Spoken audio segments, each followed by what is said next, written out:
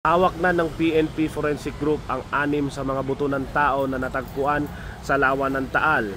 Yan ay ayon kay Police Lieutenant Colonel Edmar de la Torre. As of now, ang positive po natin na baka of human origin is 6 pieces po. Of 91. Of 91. Out of the 91, 6 pieces po. Ayon kay Colonel Francisco Supe ng PNP Forensic Group, sa 6 na butong kanilang hawak, 3 rito ay distinct.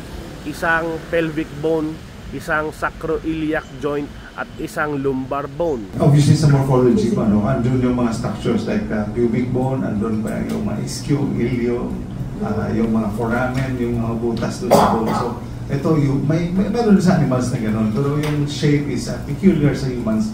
Makikita mo talagang pang tao siya. Yan muna ang ating latest update para sa mga missing sabongeros. Nagbabalita dito sa Campo Crame, Vince Lopez para sa Manila Standard.